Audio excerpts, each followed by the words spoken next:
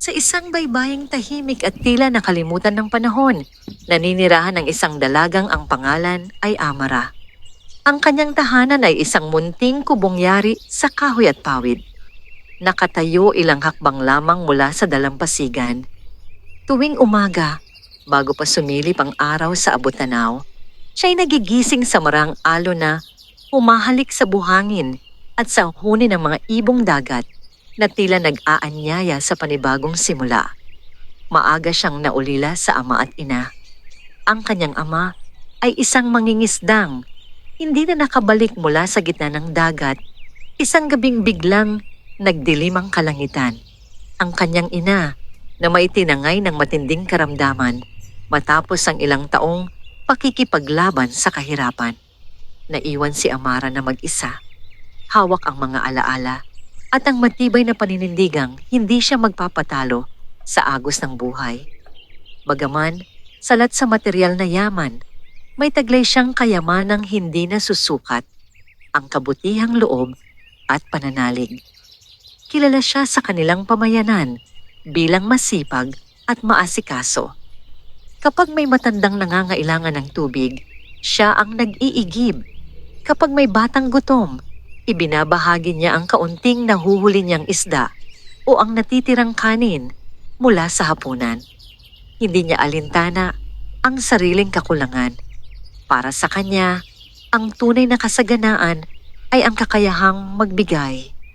Sa kabila nito, hindi maikakailang madalas siyang dalawin ng pangamba.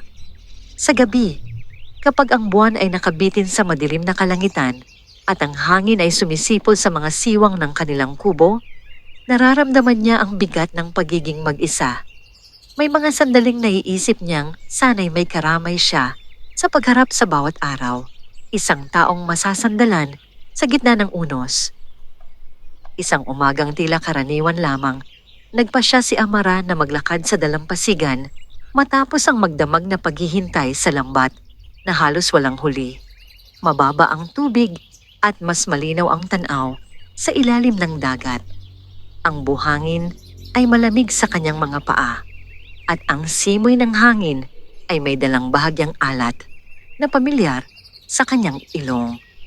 Habang siya'y naglalakad, napansin niya ang isang kakaibang kinang sa pagitan ng mga bato na bahagyang natatakpan ng lumot. Sa unay, inakala niyang isa lamang itong piraso ng basag na salamin o kaya'y kabibe na karaniwang inaanod ng alon. Ngunit may kakaibang liwanag itong nagmumula sa kailaliman, tila sumasabay sa tibok ng kanyang puso. Lumapit siya at marahang inalis ang mga damong dagat na nakapalibot dito. Isang kabibe ang kanyang natuklasan. Malaki, makinis, at may bahid ng kulay perlas na kumikislap sa sinag ng araw. Ang hugis nito ay perpekto at ang mga gilid ay tila ginuhit ng maingat na kamay. Hindi ito pangkaraniwan. Dama niya iyon sa unang pagdampi pa lamang ng kanyang mga daliri. Sa sandaling hinawakan niya ang kabibe, isang mainit na alon ang dumaloy mula sa kanyang palad patungo sa kanyang dibdib. Hindi iyon nakapapasong init, kundi isang uri ng ginhawang matagal na niyang hindi naramdaman.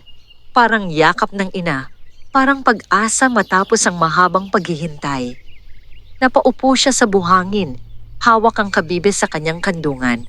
Dahan-dahan niya itong inilapit sa kanyang tainga, tulad ng nakagawian ng mga bata kapag nais marinig ang bulong ng dagat.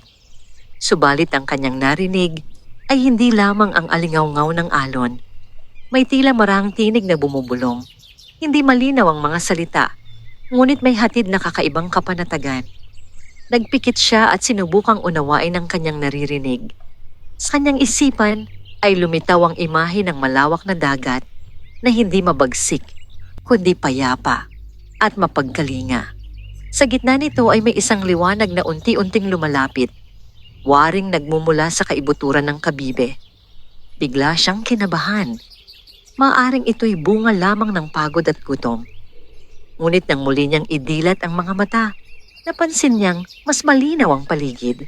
Ang kulay ng langit ay mas matingkad, ang bughaw ay mas malalim, at ang mga alon ay tila kumikislap na parang may maliliit na bituing sumasayaw sa ibabaw nito. Dali-dali niyang ibinaba ang kabibe at tiningnan ito ng mabuti. Ang liwanag na kaninay, tila banayad lamang ay ngayon ay bahagyang lumalakas, ngunit hindi sapat upang makatawag pansin sa sinumang maaaring dumaan. Para bang sa kanya lamang ito nagpapakita. Ano ka ba? Mahina niyang tanong, hindi inaasahang may sasagot. Ngunit sa kanyang puso ay may tugon. Hindi sa pamamagitan ng salita, kundi ng damdamin. Isang pangakong hindi niya lubos maipaliwanag, ngunit malinaw ang mensahe. Ang kabibing ito ay hindi basta-basta. Sa halip na iwan ito, maingat niya itong inilagay sa kanyang lumang bayong. Sa bawat hakbang pauwi, ramdam niya ang kakaibang gaan sa kanyang kalooban. Ang dati mabigat na pag-iisip kung paano siya makabibili ng bigas kinabukasan ay tila nabawasan ng kaunti.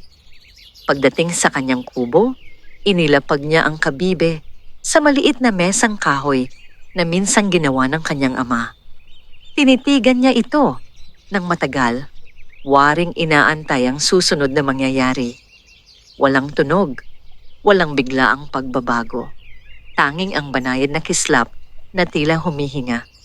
Kinagabihan, matapos ang payak na hapunan na binubuo lamang ng sabaw at kaunting kanin, muling lumapit si Amara sa kabibe. Inilapit niya ito sa kanyang dibdib at ipinikit ang mga mata. Sa pagkakataong yon, malinaw niyang naramdaman ang isang puwersang tila bumabalot sa kanyang pagkatao. Hindi mabigat, hindi nakakatakot, kundi puno ng pangako. Sa kanyang isipan ay may mga larawang naglalaro.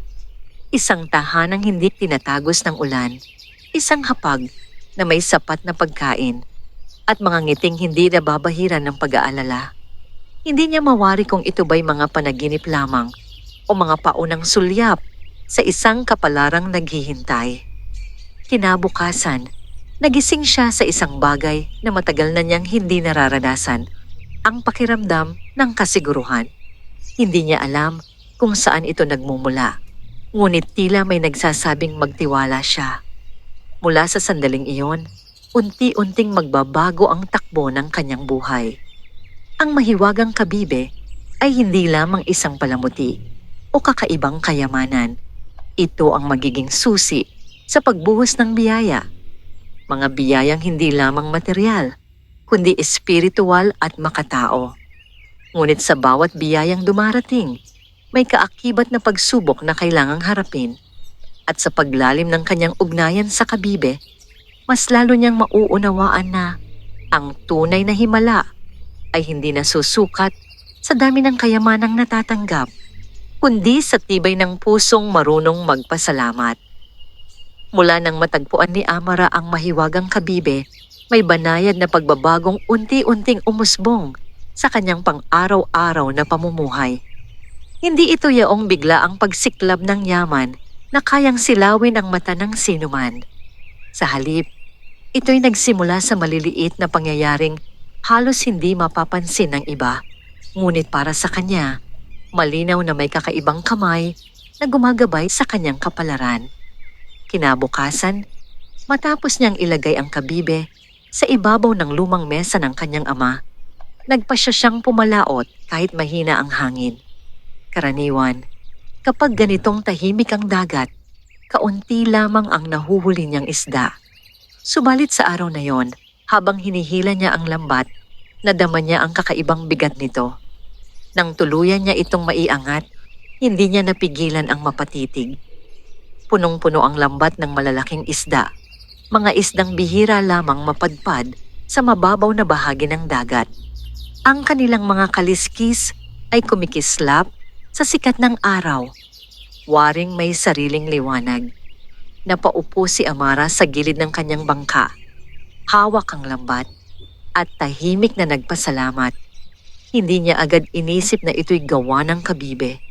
Subalit sa kaibuturan ng kanyang puso, may bahagyang pag-unawa na hindi ito pangkaraniwan. Pagbalik niya sa dalampasigan, Kapansin-pansin ang pagkamangha ng ilang mangingisda. Hindi lingid sa kanila na madalas umuwing halos walang dala si Amara. Ngunit sa pagkakataong iyon, tila pinagpala ang kanyang paghuli. Maswerte ka ngayon, wika ng isang matandang mangingisda. Ngumiti lamang si Amra. Hindi niya kayang ipaliwanag ang kanyang nararamdaman. Ang tanging alam niya'y hindi siya dapat magmalaki. Sa halip na itago ang lahat para sa sarili, nagtabi siya ng sapat para sa kanyang pangangailangan at ipinamahagi ang ilan sa mga kapitbahay na matagal nang hindi nakakatikim ng sariwang isda. Lalong tumimos sa kanya ang paniniwalang ang biyaya ay hindi ganap kung hindi na ibabahagi. Nang gabing iyon, habang nakaupo siya sa harap ng kanyang kubo, napansin niyang tila mas maliwanag ang liwanag na nagmumula sa kabibe.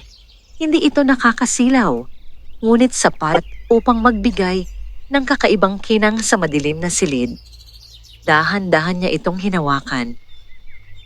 Kung ikaw man ang dahilan nito, bulong niya, maraming salamat. Sa sandaling iyon, tila may marahang pintig na sumagot mula sa loob ng kabibe. Isang mainit na alon ang muling dumaloy sa kanyang palad. At kasabay nito, may isang malinaw na larawan ang pumasok sa kanyang isipan. Isang taniman. Nakita niya ang kanyang bakuran na dati tigang at puno ng buhangin. Ngayon, ay may mga halamang namumunga, mga gulay na sariwa at masigla. Tila pinagyayaman ng isang hindi nakikitang lakas. Napamulat siya. Ang kanyang bakuran ay hindi akmang pagtamnan. Masyadong maalat ang lupa dahil sa lapit nito sa dagat. Ngunit ang larawang iyon ay malinaw at tila may paanyaya. Kinabukasan, sa kabila ng alinlangan, nagpasya siyang subukan. Humukay siya ng maliit na bahagi ng lupa sa likod ng kanyang kubo at nagtanim ng ilang butong matagal nang nakatabi. Mga butong hindi niya inasahang tutubo pa. Habang ibinabaon niya ang mga ito sa lupa, hawak niya sa kabilang kamay ang kabibe. Hindi niya alam kung tama ang kanyang ginagawa, ngunit dama niya ang kakaibang kapanatagan. Lumipas ang ilang araw. Sa kanyang pagtataka, isa-isang sumibol ang mga halaman. Hindi lamang yun basta pagtubo. Mabilis at masigla ang kanilang paglaki.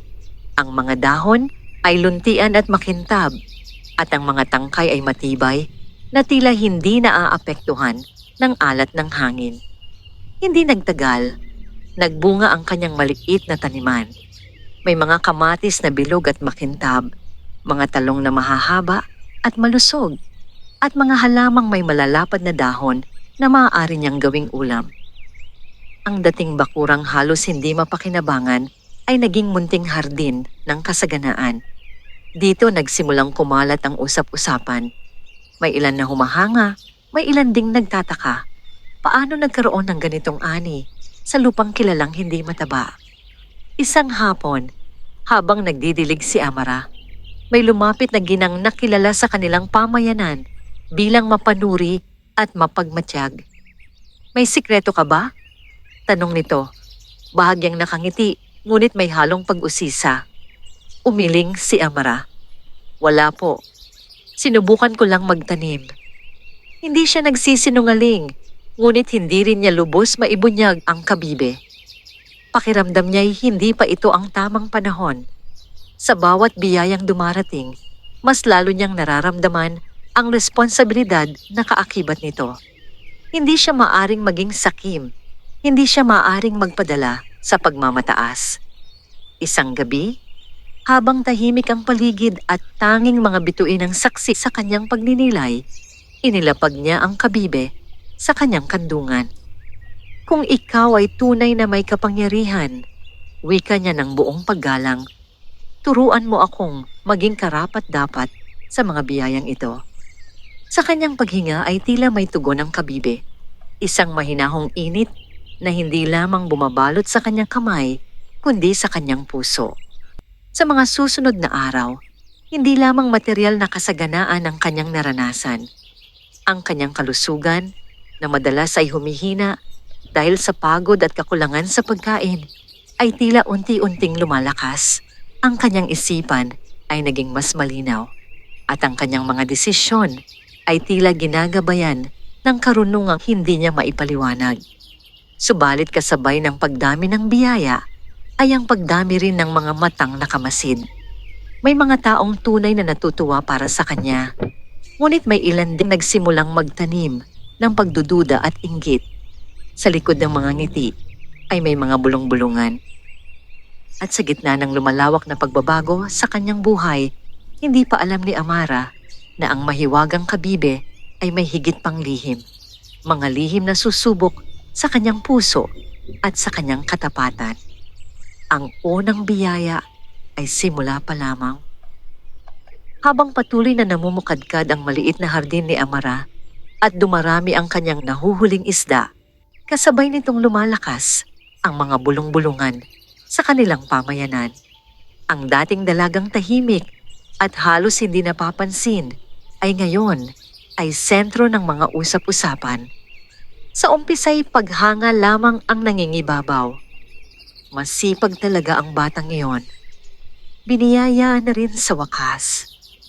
Ngunit hindi lahat ng tinig ay puno ng mabuting hangarin. Sa isang dulo ng dalampasigan ay may magkakapit-bahay na madalas magtipon tuwing hapon.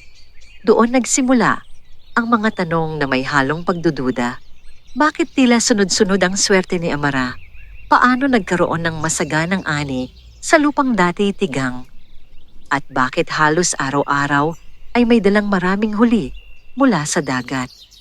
Isa sa pinakamapagsiyasat ay si Doña Celestina, isang balong may sapat na yaman at lupain. Sanay siya ang tinitingala sa lugar. Ang may pinakamagandang bahay, may pinakamaraming ari-arian. Hindi niya tahasang kinaiinggitan si Amara, ngunit hindi niya maitatanggi ang kirot ng pride sa tuwing naririnig ang papuri para sa dalaga. Hindi basta-basta ang mga nangyayari. Minsang wika niya sa kanyang mga kasama.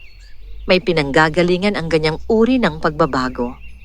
Ang kanyang tinig ay hindi galit, ngunit puno ng pag-aalinlangan. Samantala, si Amara ay nanatiling abala sa kanyang gawain. Hindi niya pinansin ang mga sulyap na tila may tanong sa likod. Sa halip, mas lalo niyang pinagbuti ang pagbabahagi. Tuwing may labis siyang ani, nag-iiwan siya ng gulay sa pintuan ng matatandang walang kakayahang magtanim. Kapag may batang may sakit, nagbibigay siya ng isda at sabaw. Sa bawat pagtulong, mas lalo niyang nararamdaman ang kakaibang init mula sa kabibe na lagi niyang inilalagay sa isang kahong-kahoy sa loob ng kanyang kubo. Tila ba tuwing siya'y gumagawa ng mabuti, mas lalo itong kumikislap. Isang gabi, habang pinagmamasdan niya ang kabibe sa liwanag ng lampara, napansin niyang may bahagyang pagbabago sa anyo nito. Sa gitna ng perlas na kinang ay tila may umuusbong na hugis. Parang alon na nakapirmi sa loob ng kabibe. Umiikot, ngunit hindi gumagalaw. Inilapit niya ito sa kanyang tainga. Sa pagkakataong ito, mas malinaw ang bulong. Hindi ito salita, ngunit may dalang mensahe. Mag-ingat.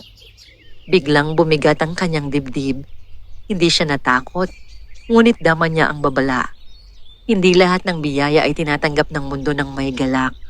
May mga pusong nahahaplos ng inggit at nagiging mapanuri. Kinabukasan, habang siya'y nagdidilig ng kanyang mga halaman, may batang lumapit sa kanya. Hingal ito at tila nagmamadali. Ate Amara, sabi nito, may mga nagsasabi na gumagamit ka raw ng kulam. Napahinto siya. Ang salitang yun ay mabigat, may kakabit na takot at paglayo ng mga tao. Sino ang nagsabi? Mahinahon niyang tanong. May narinig lang po ako sa may tindahan. Tugon ng bata, tila nahihiyang magpatuloy. Ngumiti si Amara, ngunit sa loob niya ay may kirot. Hindi siya galit, ngunit nasasaktan. Sa halip na sagutin ang akusasyon, hinaplos niya ang ulo ng bata at binigyan ito ng ilang gulay para sa kanyang ina.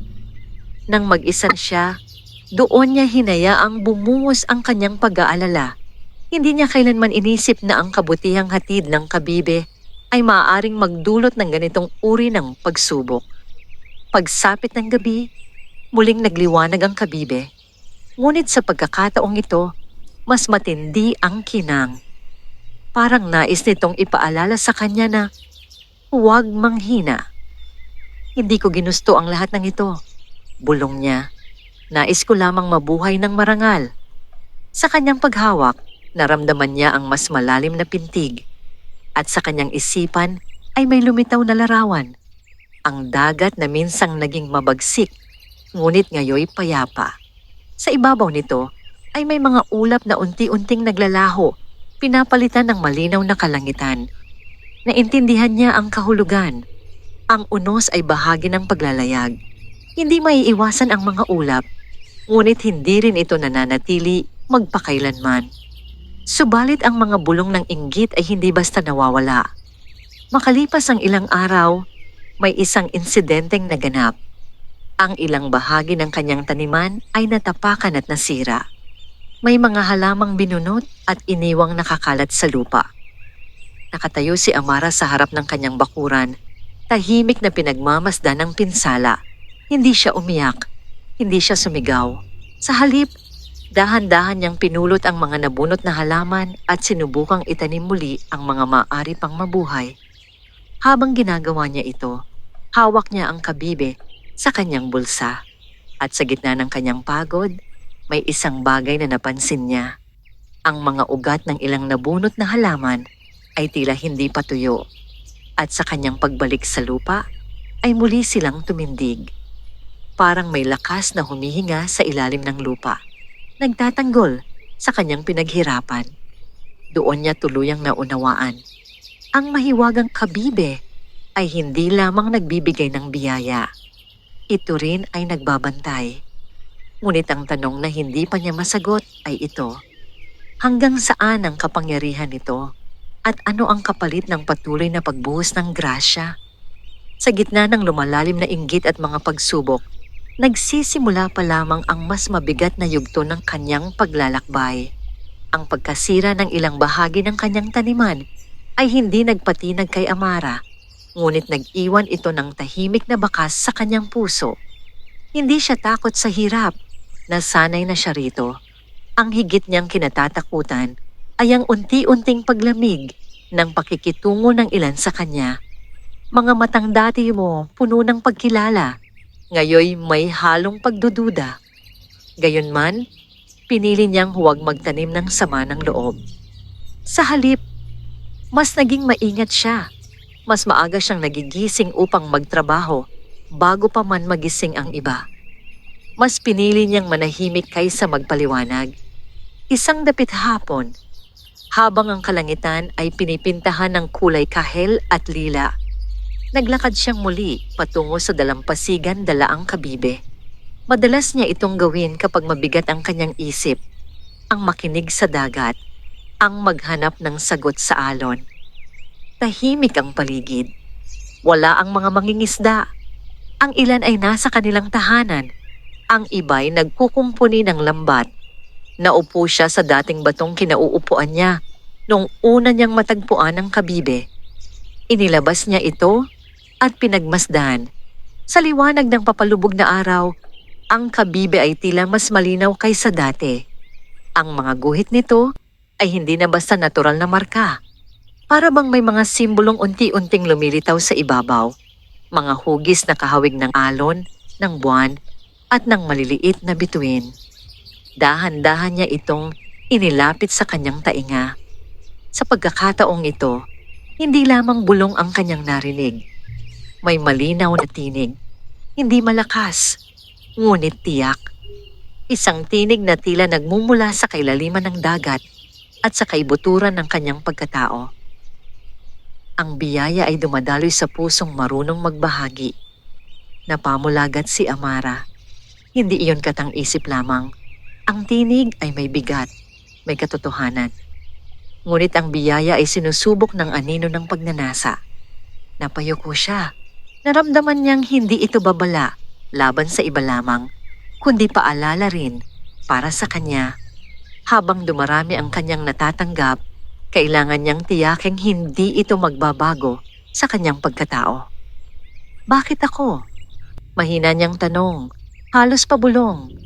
Saglit na tumahimik ang hangin. Ang mga alon ay tila umurong at muling lumapit, parang paghinga ng isang nilalang na napakalaki. Dahil ikaw ay hindi humiling para sa sarili. Isang alaala ang bumalik sa kanya. Ang mga gabing gutom, siyang ngunit pinili pa ring magbigay ng pagkain sa batang kapitbahay. Ang mga umagang pagod siya, ngunit nag-igi pa rin ng tubig para sa matanda. Hindi niya ginawa yon upang gantimpalaan. Ginawa niya yon dahil iyon ang tama. Unti-unting nagliwanag ang kabibe sa kanyang mga kamay. Sa gitna nito ay may bahagyang pagbukas at sa loob ay may mumunting perlas, hindi hiwalay, kundi tila bahagi ng mismong kabibe. Ang dagat ay may balanse, muli niyang narinig. Ang ibinibigay ay may kapalit, hindi bilang kabayaran, kundi bilang tungkulin. Naramdaman niya ang bigat ng mga salitang iyon. Hindi pala basta biyaya ang dumarating, may responsibilidad itong kalakip. Sa kanyang isipan ay may mga larawang nagpakita, mga taong nangangailangan, mga panahong darating na may mas mabigat na pagsubok, at mga pagkakataong kakailanganin niyang pumili sa pagitan ng sarili at ng iba. Biglang lumakas ang hangin. Ang mga alon ay tila nag-iba ng ritmo, ngunit hindi ito mabagsik. Sa halip, ito'y parang pag-awit ng dagat. Niyakap ni Amara ang kabibe sa kanyang dibdib. Handa akong matuto, wika niya, ngunit huwag mo akong pabayaan. Sa sandaling iyon, ang perlas sa loob ng kabibe ay kumislap ng mas maliwanag, saka muling nanahimik. Pagbalik niya sa kanyang kubo, dala niya ang bagong kaalaman. Hindi niya kailangang ipagtanggol ang sarili laban sa mga bulong ng inggit. Ang tunay na laban ay ang pananatiling tapat sa kabutihan kahit dumarami ang tukso at pagdududa. Kinabukasan, isang kakaibang pangyayari ang naganap. May isang mangingisdang kilalang malakas at mayabang ang biglang hindi nakauwi mula sa dagat. Hanggang dapit hapon, nagsimulang mag-alala ang kanyang pamilya. Ang dagat, na tila payapa buong araw, ay biglang nagpakita ng malalaking alon sa may kalayuan. Narinig ni Amara ang balita habang siya'y nagbubukod ng ani. Agad niyang naalala ang mga larawang ipinakita sa kanya ng kabibe. Ang mga darating na pagsubok, walang pag-aalinlangan. Kinuha niya ang kabibe at tumungo sa dalampasigan. Sa kanyang paglapit sa tubig, naramdaman niyang umiinit ang kabibe sa kanyang palad. Lumuhod siya sa buhangin at ipinikit ang mga mata.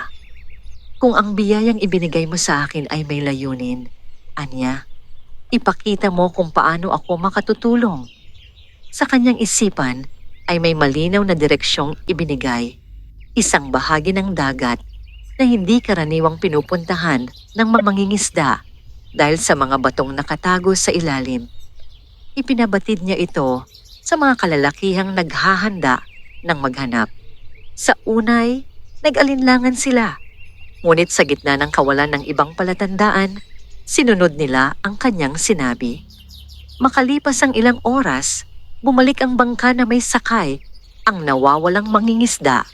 Pagod, ngunit buhay. Napadpad ang kanyang bangka malapit sa mabatong bahagi ng dagat at hindi makaalis. Ang balita ay mabilis na kumalat. May mga nagsabing nagkataon lamang. May ilan ding nagsimulang mag-isip na maaaring hindi masama ang kapangyarihang nasa panig ni Amara. Ngunit para sa dalaga, malinaw ang aral. Ang kabibe ay hindi ibinigay upang magpayaman lamang. Ito'y upang maging tulay ng pagligtas, ng pag-asa at ng pagbabalik ng balanse. Sa kanyang pagbabalik sa kubo ng gabing iyon, alam niyang ang mga susunod na araw ay magdadala pa ng mas mabibigat na pagsubok. At sa bawat biyayang dumarating, mas lalong lalalim ang kanyang pananagutan. mula nang mailigtas ang mangingisdang napadpad sa mabatong bahagi ng dagat. Nagbago ang tingin ng maraming tao kay Amara. Ang ilan na dati may pagdududa ay napalitan ng pagkamangha. Ang mga bulong ng inggit ay hindi tuluyang nawala, ngunit natabunan ito ng pasasalamat ng isang pamilyang muntik nang mawalan ng ama. Dumating ang asawa ng mangingisda sa kanyang kubo kinabukasan. May dalang kaunting bigas at prutas bilang pasasalamat. Kung hindi dahil sa iyo, hindi na nito natuloy ang sasabihin na paluhan na lamang. Tinanggap ni Amara ang handog, ngunit hindi niya inangkin ang papuri. Ang dagat po ang nagturo sa akin kung saan hahanapin, sagot niya ng may kababaang loob. Ngunit sa kabila ng paggalang na ipinakita sa kanya ng iba, naramdaman niyang may unti-unting pagbabago sa ihip ng hangin. Ang mga tao ay nagsimulang lumapit sa kanya, hindi lamang upang magpasalamat, kundi upang humingi. May humihiling ng masaganang huli. May umaasang gagaling ang may sakit. May nagbabaka sakaling mabibigyan ng ani ang tigang na lupa. Hindi siya sanay sa ganitong uri ng paglapit. Ang dati tahimik niyang buhay ay napalitan ng sunod-sunod na katok sa kanyang pintuan. Isang gabi, matapos ang mahabang araw ng pakikinig at pagdamay, naupo siya sa gilid ng kanyang kama. Hawak niya ang kabibe at dama ang bahagyang init nito. Hindi ko alam kung kaya ko, bulong niya. Ang kabibe ay kumislap ng marahan, tila nakikinig. Sa kanyang isipan ay bumalik ang tinig na minsan na niyang narinig. Ang biyaya ay tungkulin. Napapikit siya. Hindi pala sapat ang kabutihang loob. Kailangan din ng karunungan. Hindi niya maaring sagutin ang bawat kahilingan ng walang pag-iisip. Ang kapangyarihang hawak niya, anumang uri ito, ay hindi para gamitin sa bawat nais ng tao. May hangganan, may balanse. Kinabukasan, isang ina ang lumapit sa kanya. Tanga ng batang may mataas na lagnat. Namumutla ang bata at halos hindi makapagsalita. Amara, pakiusap ng ina. Sabi nila, may kapangyarihan ka. Tulungan mo ang anak ko.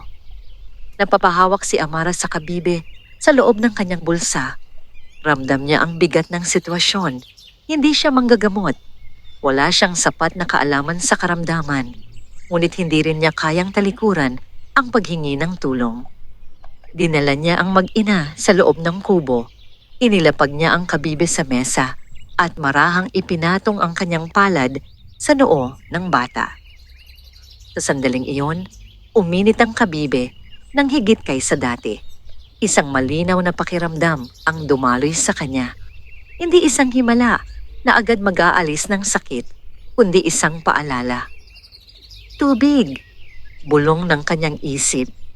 Agad siyang nagpakulo ng malinis na tubig at nilagyan ito ng mga dahon ng halamang kilala niyang nakababawas ng lagnat. Hindi niya inasa lahat sa kabibe. Ginamit niya ang kaalaman na itinuro sa kanya ng kanyang ina noon. Habang pinapainom ang bata at pinapahiran ng basang tela ang noo nito, hawak niya ang kabibe sa kabilang kamay. Ramdam niya ang unti-unting paglamig ng katawan ng bata. Hindi agad gumaling ang bata, ngunit sa loob ng ilang oras ay bumaba ang lagnat nito. Makalipas ang 2 araw ng pag-aalaga, tuluyan itong bumuti. Ang ina ay lumuhod sa harap ni Amara bilang pasasalamat. Ngunit sa halip na tuwa, may halong pangamba ang naramdaman ng dalaga. Hindi niya nais maging sentro ng pagsamba o maling paniniwala. Alam niyang ang kabibe ay hindi para sambahin at siya'y hindi dapat ituring na higit sa iba. Sa sumunod na mga araw, sinikap niyang ituro sa mga tao ang simpleng paraan ng pag-aalaga sa kalusugan at pagtatanim. Hindi niya ipinagmamalaki ang kabibe. Sa halip, ginamit niya ito bilang tahimik na gabay. Ngunit hindi lahat ay nasiyahan. May ilang nagsimulang magsabi na dapat ay ibahagi niya ang kanyang lihim. May mga nagsimulang magtanong kung saan niya nakuha ang kapangyarihan. At may isang taong tahimik na nagmamasid sa lahat ng ito, si Doña Celestina. Isang hapon, dumalaw ang Donya sa kanyang kubo. Hindi ito pangkaraniwan. Ang kanyang pagdating ay may dalang tahimik na tensyon. Amara, wika nito, pinagmamasdan ng paligid. Napansin kong tila binago ka ng kapalaran. Magalang na yumuko ang dalaga. Patuloy lamang po akong nagsusumikap. Hindi sapat ang pagsusumikap upang magkaroon ng ganyang uri ng biyaya. Sagot ng Donya, bahagyang tumitig sa mesang kinalalagyan ng kahong-kahoy. Sa sandaling iyon, naramdaman ni Amara ang bahagyang pag-init ng kabibe sa loob ng kahon. Tila ba alam nitong may panganib na lumalapit? Mayroon ka bang nais sabihin sa akin? Tanong ng Donya, diretso ang titig. Sandaling natahimik si Amara. Alam niyang hindi niya maaaring ilantad ang kabibe ng basta-basta. Hindi niya alam kung ano ang maaaring mangyari kung mapunta ito sa maling kamay. Wala po akong itinatago, mahinahon niyang tugon. Ang lahat ng mayroon ako ay bunga ng biyayang natutunan kong pahalagahan at ibahagi. Hindi kumbinsido ang Donya, ngunit hindi na ito nagsalita pa. Sa halip, umalis ito na may tahimik na pag-iisip. Nang maisara ni Amara ang pinto, napahinga siya ng malalim. Unti-unti niyang nauunawaan na ang pinakamalaking pagsubok ay hindi ang kakulangan, kundi ang paghawak sa kapangyarihan ng may integridad. Habang nakaupo siya sa tabi ng lampara, inilabas niya ang kabibe at pinagmasdan ito. Kung may darating pang unos, wika niya, bigyan mo ako ng lakas na manatiling tama.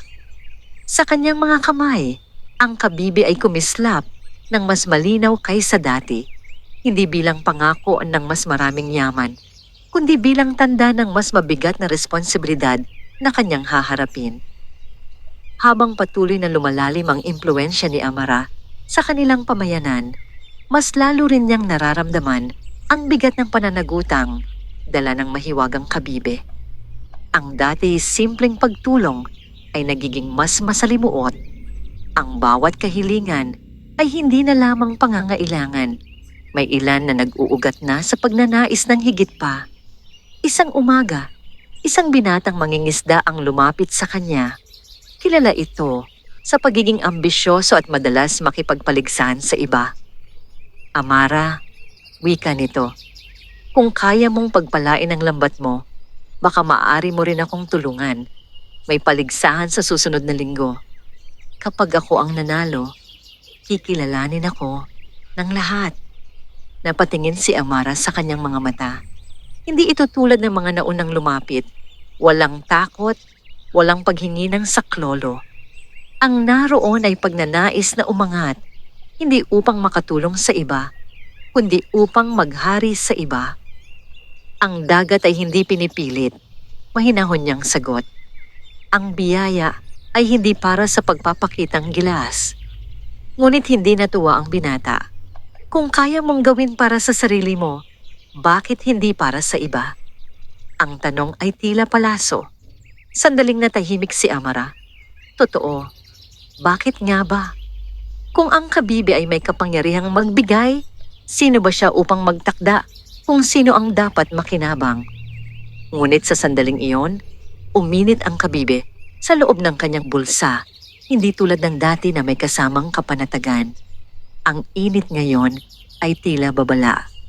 Naalala niya ang mga salitang minsang ibinulong sa kanya. Ang biyaya ay sinusubok ng anino ng pagnanasa. Tulungan mo ang sarili mo sa pagsusumikap, sagot niya ng may katatagan. Ang tunay na tagumpay ay hindi hiniram na kapalaran. Umalis ang binata na may halong pagkadismaya at galit. Sa kanyang paglayo, dama ni Amara ang pag-usbong ng isa bagong uri ng panganib, ang sama ng loob na maaaring magbunga ng mas mabigat na suliranin. Nang gabing iyon, hindi siya mapakali. Inilabas niya ang kabibe at inilapag sa kanyang harapan. Paano ko malalaman ang hangganan? Tanong niya. Kailan ako dapat tumulong at kailan ako dapat tumanggi?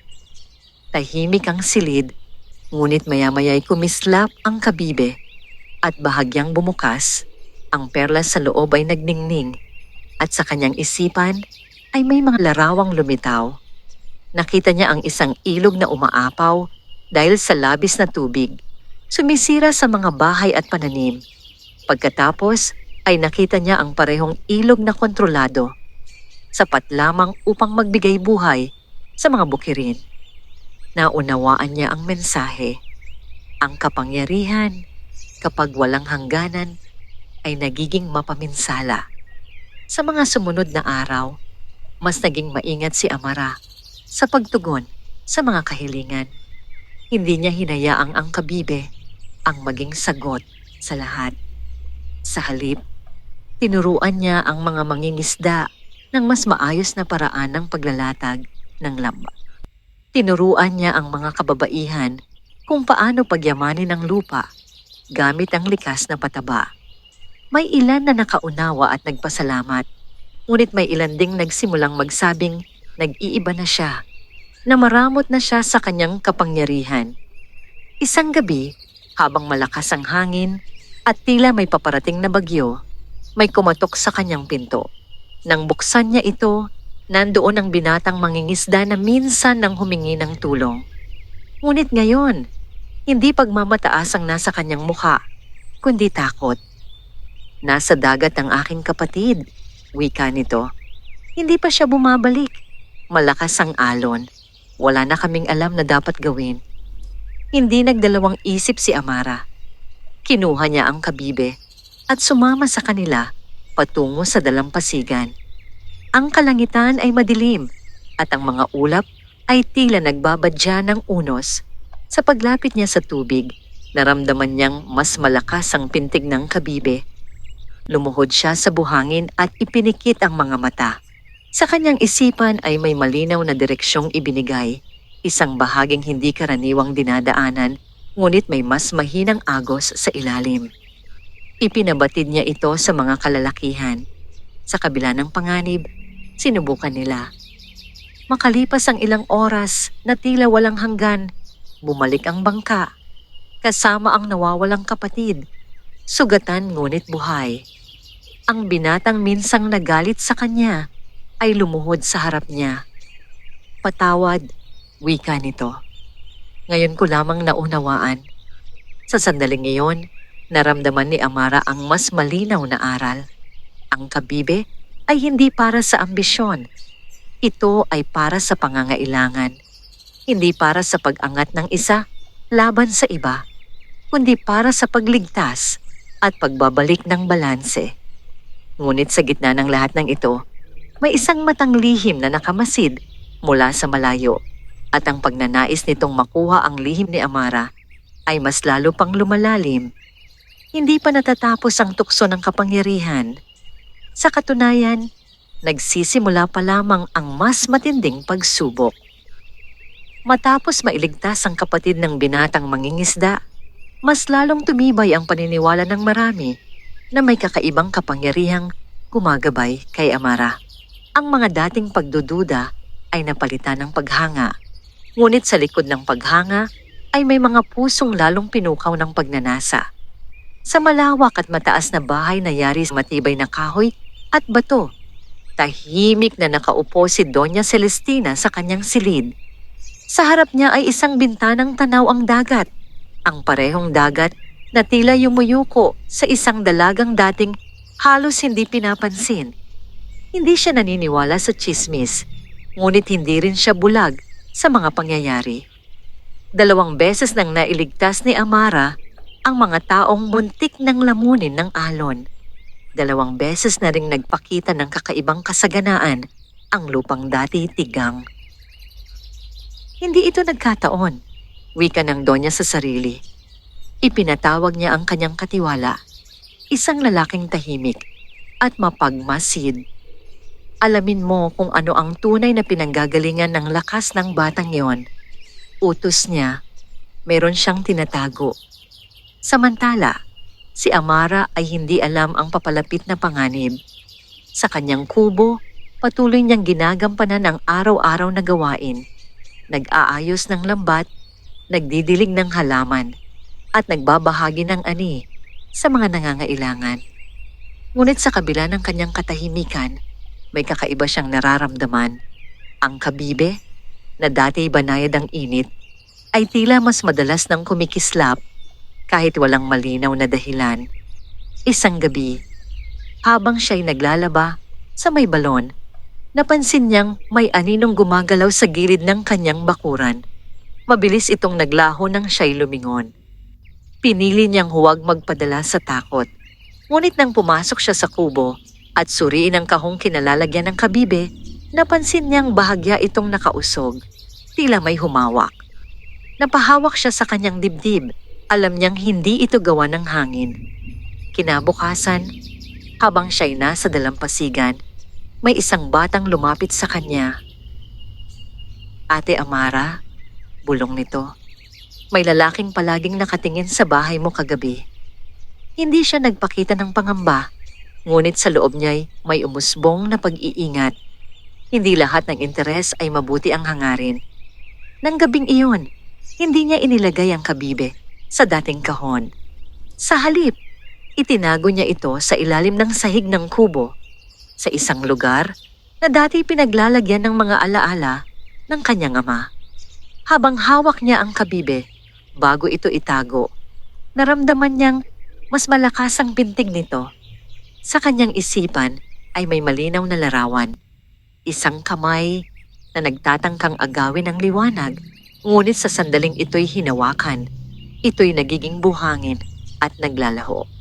Naunawaan niya ang babala. Ang kapangyarihang hindi nauunawaan ay hindi maaaring ariin ng sino man ng basta-basta. Sa kabilang dako, ang katiwala ni Doña Celestina ay nagpatuloy sa pagmamatsyag. Isang gabi, nang makitang wala si Amara sa kubo, palihim siyang lumapit at sinubukang pasukin ang tahanan. Tahimik ang paligid. Tanging ang ihip ng hangin ang maririnig. Nang mabuksan niya ang pinto, agad niyang hinanap ang anumang bagay na maaaring magpaliwanag sa mga himala. Ngunit sa kanyang paghahalughog, wala siyang nakita kundi mga simpleng gamit, lumang mesa, banig, ilang sisidlan ng ani.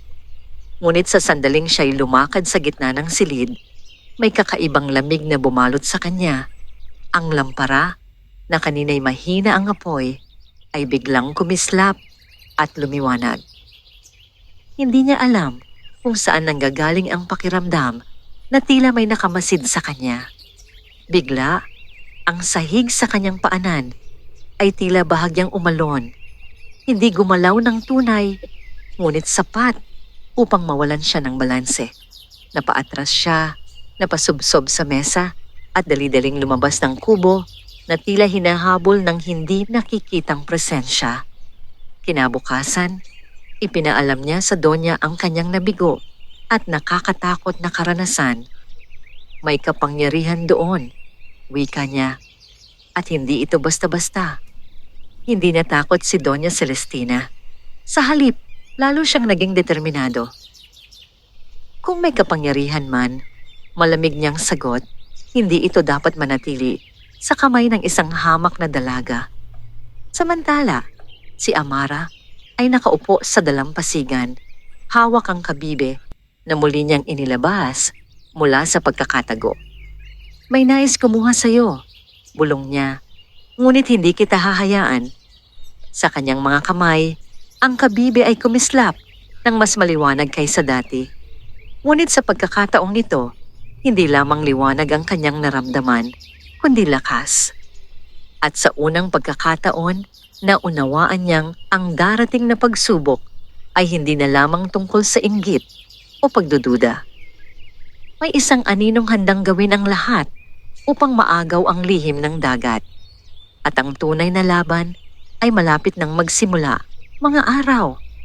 Matapos ang tangkang pagpasok sa kanyang kubo, ay naging mas tahimik, ngunit ang katahimikang iyon ay hindi payapa. Ito'y katahimikang puno ng pag-aabang, tila dagat bago sumiklab ang malakas na unos. Si Amara ay naging mas maingat sa bawat kilos. Hindi na niya inilalabas ang kabibe kung hindi kinakailangan. Mas pinili niyang umasa sa sariling kakayahan hanggat maaari at gamitin lamang ang kapangyarihan nito kapag tunay na may pangangailangan. Ngunit sa kabilang panig, hindi huminto si Doña Celestina. Isang gabi, ipinatawag ng Donya ang isang matandang albularyo mula sa malayong lugar. Hindi siya naniniwala sa lahat ng pamahiin, ngunit handa siyang kumapit sa anumang maaaring magbigay sa kanya ng sagot. May isang bagay sa dagat na hindi likas, wika ng Donya. Isang dalaga ang tila may hawak nito. Sabihin mo sa akin kung paano ito makukuha. Tahimik na pinakinggan ng matanda ang kwento. Matagal itong nagmuni bago nagsalita. Ang kapangyarihang nagmumula sa dagat ay hindi inaagaw. Mahinahon nitong sagot. Ito'y pumipili at kapag pinilit, maaaring maningil. Ngunit hindi iyon ang nais marinig ng Donya. Lahat ng bagay ay may paraan. Malamig niyang tugon. Samantala, sa kubo ni Amara, muling nagpakita ng kakaibang liwanag ang kabibe. Hindi ito tulad ng dati na may dalang kapanatagan. Ang liwanag ngayon ay tila babala, mabilis, masinsin, at may kasamang kakaibang bigat sa dibdib. Sa kanyang isipan ay may malinaw na pangitain. Isang kamay na may suot na mamahaling singsing ang humahawak sa kabibe. At sa sandaling ito'y mapasakamay nito, ang dagat ay nagdidilim, ang alon ay nagiging marahas, at ang mga pananim ay natutuyo. Napamulat si Amara, pawis ang noo. Hindi ito maaaring mangyari, bulong niya. Kinabukasan, nagpa siyang magpunta sa dalampasigan bago pa sumikat ang araw. Bitbit niya ang kabibe at ang kanyang takot. Lumuhod siya sa harap ng dagat. Kung ako ay pinili mo, wika niya, bigyan mo ako ng lakas upang ipagtanggol ang biyayang ito. Hindi para sa akin lamang, kundi para sa lahat. Sa sandaling iyon, tila tumigil ang ihip ng hangin. Ang tubig sa kanyang harapan ay naging tila salamin, payapa at malinaw. Mula sa kailaliman ay may liwanag na umangat, hindi nakikita ng karaniwang mata, ngunit dama niya sa bawat hibla ng kanyang pagkatao. Ang kabibe sa kanyang kamay ay bahagyang bumukas at ang perlas sa loob nito ay nagningning ng buong ningning. Isang malinaw na mensahe ang umalingaw-ngaw sa kanyang puso. Ang liwanag ay hindi pag-aari. Ito'y ipinagkakatiwala. Sa parehong araw na yon, nagpakita si Doña Celestina sa dalampasigan. Hindi na siya nagkubli, direkta siyang lumapit kay Amara. Alam ko na may hawak kang hindi pangkaraniwan, diretsong wika ng Donya. At naniniwala akong mas makabubuti kung ito'y mapunta sa isang taong may kakayahang pangalagaan ito ng wasto. Tahimik na tumayo si Amara. Hawak ang kabibe sa kanyang likuran. Ang anumang nasa akin ay hindi inangkin, sagot niya ng mahinahon. Ito'y ipinagkaloob. Kung ganoon, sagot ng Donya, ipagkaloob mo sa akin. Ang mga salitang yon ay tila malamig na bakal. Sa sandaling iyon, biglang lumakas ang hangin. Ang alon ay umangat at bumagsak ng may kakaibang tunog. Ang kabibe sa kamay ni Amara ay uminit, at ang perlas sa loob nito ay nagliwanag. Lumapit ang Donya at tangkang agawin ng kabibe. Ngunit sa sandaling mahawakan nito ang gilid ng kabibe, isang malakas na alon ang dumating at bumagsak sa kanilang paanan. Hindi sila tinangay, ngunit sapat upang mapaatras ang Donya. Sa kanyang paghawak, naramdaman niya ang matinding lamig. Hindi init, kundi lamig na tila kumakain sa kanyang palad. Napabitaw siya at napaatras, humahawak sa kanyang kamay. Hindi ito sumusunod sa iyo, mariing wika ni Amara, ngunit walang galit sa kanyang tinig. Hindi ito bagay na maaring paghatian o pag-awayan. Ang dagat ay tila sumasang-ayon. Ang alon ay muling naging payapa, ngunit may malinaw na babala sa ihip ng hangin. Napatingin si Doña Celestina sa dalaga at sa unang pagkakataon may bahid ng takot sa kanyang mga mata. Hindi pa ito tapos. Malamig niyang wika bago tuluyang umalis. Naiwan si Amara sa dalampasigan, nanginginig hindi sa takot kundi sa bigat ng pangyayari. Ngayon ay malinaw na, ang kabibe ay hindi lamang susi ng biyaya, kundi mitya ng tunggalian. At kung ang pagnanasa sa kapangyarihan ay patuloy na lalalim, maaaring ang susunod na unos ay hindi na kayang patahimikin ng isang simpleng panalangin. Ngunit sa kanyang mga kamay, ang kabibe ay patuloy na kumikislap, hindi bilang sandata, kundi bilang ilaw na handang ipagtanggol ang sarili laban sa kadiliman. Matapos ang tangkang pag-agaw ni Doña Celestina sa kabibe, hindi na naging payapa ang mga sumunod na araw. Ang dagat, na dati tila kakampi ni Amara, ay nagsimulang magpakita ng kakaibang pagbabago. May mga sandaling ito'y napakatahimik at may mga sandaling bigla itong nagiging magaspang kahit walang malinaw na dahilan.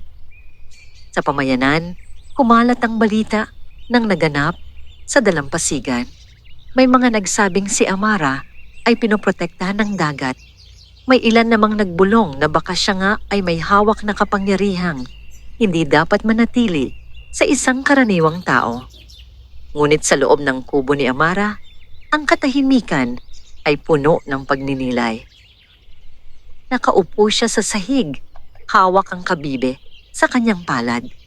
Ang perlas sa loob nito ay hindi na lamang banayad na kumikislap. Tila mas malinaw na ang tibok nito na parang may sariling pulso. Bakit tila nagbabago ang dagat? Tanong niya.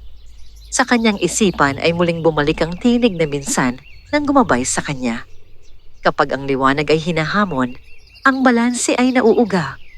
Napabuntong hininga siya. Hindi niya ginusto ang alitan. Hindi niya ginusto ang inggit.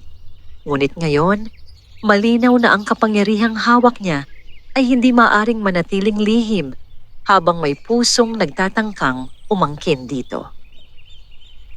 Kinabukasan, isang kakaibang pangyayari ang naganap. Maitim ang kalangitan kahit maaga pa.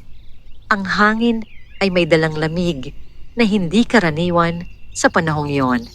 Ang mga mangingisda ay nagpasya munang huwag pumalaot at ang mga kababaihan ay nagmadaling tipunin ang kanilang mga pananim.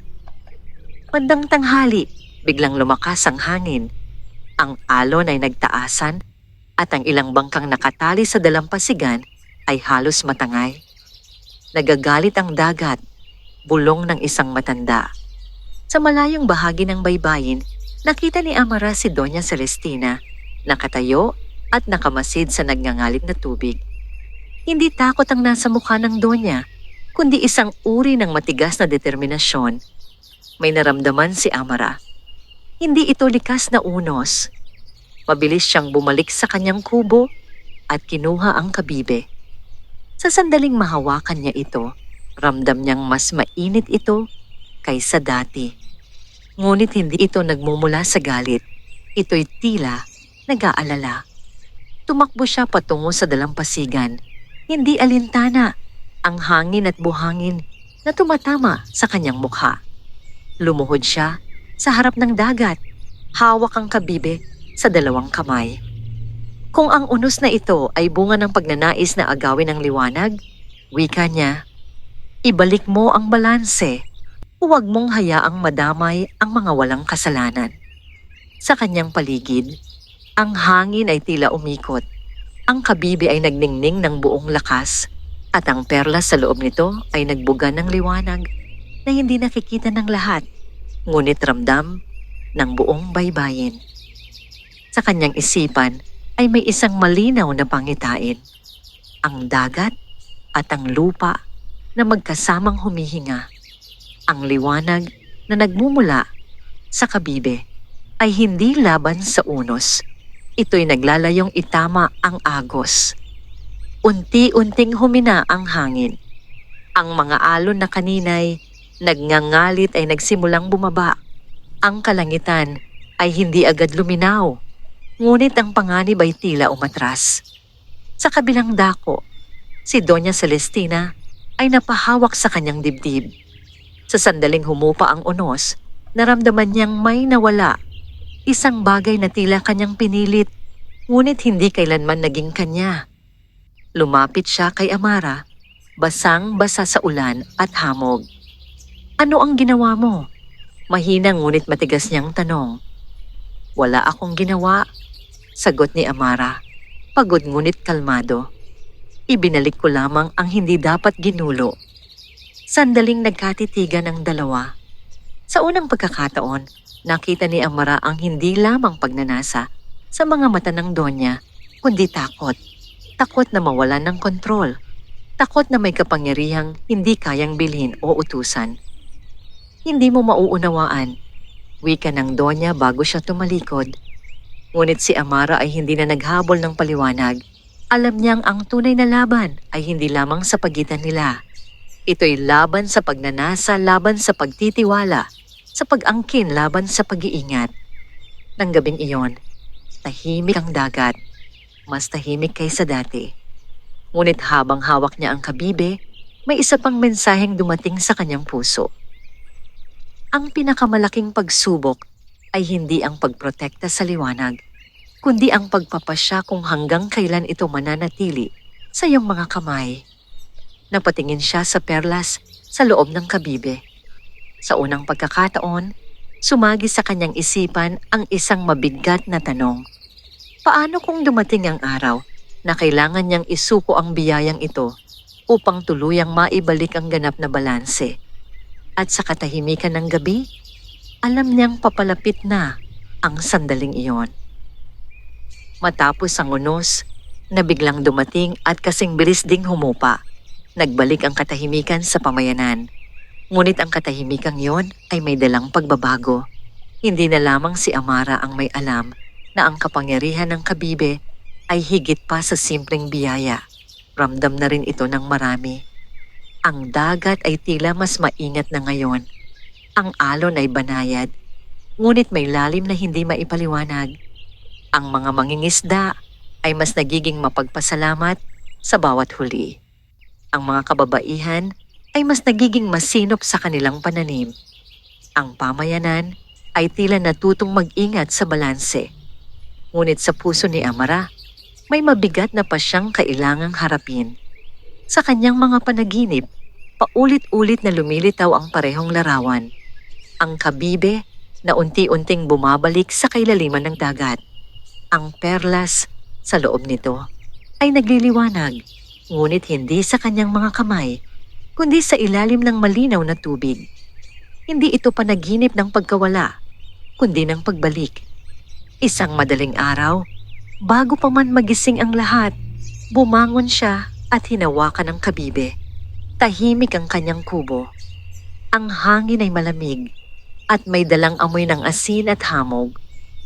"Kung ang paghawak ko sa iyo ay nagdudulot ng alitan," mahina niyang wika, "marahil ang tunay na kabutihan ay ang pagpapaubaya." Hindi siya umiiyak, walang galit sa kanyang tinig. Tanging malinaw na pag-unawa. Mula nang matagpuan niya ang kabibe, bumuhos ang biyaya sa kanyang buhay. Masaganang huli, masiglang pananim, kaligtasan sa gitna ng panganib. Ngunit kasabay nito ay ang inggit, pagnanasa, at pagkakawatak. Naunawaan niyang ang kapangyarihang hindi hinahangad ay madaling maging mitya ng hidwaan. Lumakad siya patungo sa dalampasigan. Dala ang kabibe sa dalawang kamay. Ang langit ay unti-unting nagliliwanag sa silangan. Sa pagdating niya sa pampang, napansin niyang may ilang taong gising na, mga mangingisdang naghahanda sa paglalayag. Hindi nila alam ang kanyang balak. Lumuhod siya sa harap ng dagat, tulad ng maraming beses na niyang ginawa. Ngunit ngayon, iba ang kanyang pakay. "Hindi kita inangkin," wika niya sa kabibe, "at hindi rin kita itatago habang ang iba ay nagdurusa sa pagnanais na maagaw ka. Kung ako'y pinili mo, natupad ko ang aking tungkulin. Panahon na marahil upang ikaw ay magpahinga. Sa kanyang mga kamay, nagliwanag ang kabibe ng mas maliwanag kaysa kailanman. Ang perla sa loob nito ay tila sumagot, hindi sa pagtutol, kundi sa pagtanggap. Isang huling mensahe ang umalingaw-ngaw sa kanyang puso. Ang tunay na biyaya ay hindi bagay na hawak, kundi kabutihang nananatili kahit mawala ang liwanag. Dahan-dahan niyang inilubog ang kabibe sa tubig. Sa sandaling ito'y umabot sa alon, ang dagat ay kumislap sa unang sinag ng araw. Hindi ito marahas, hindi ito dramatiko, tila isang tahimik na pagtanggap. Ang kabibe ay unti-unting lumubog hanggang sa tuluyan itong maglaho sa malinaw na tubig. Sandaling nanatiling nakaluhod si Amara, pinakikinggan ng alon. Wala ng init sa kanyang palad, wala ng liwanag na kumikislap. Ngunit may kakaibang gaan sa kanyang dibdib. Nang siya'y tumayo at tumalikod, napansin niyang mas maliwanag ang umaga. Ang hangin ay sariwa, ang dagat ay payapa. Sa mga sumunod na araw, wala nang kakaibang himala. Ang kanyang huli ay sapat lamang, hindi sobra.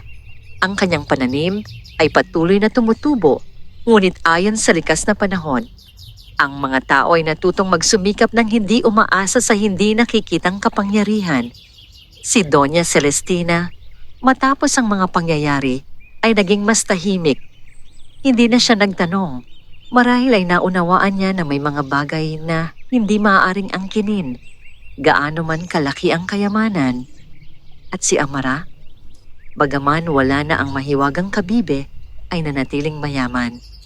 Mayaman sa karanasan, mayaman sa paggalang ng pamayanan, mayaman sa kapayapaan ng loob.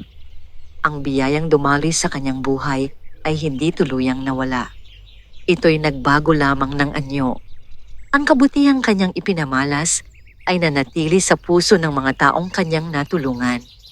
At sa tuwing siya'y maglalakad sa dalampasigan, may sandaling tila kumikislap ang tubig sa paanan niya, hindi bilang paalala ng kapangyarihang nawala, kundi bilang alaala ng isang liwanag na minsang ipinagkatiwala sa kanya. Ang mahiwagang kabibe ay bumalik sa dagat, ngunit ang tunay na himala ay nanatili sa puso ng isang dalagang piniling unahin ang balanse kaysa pag-angkin.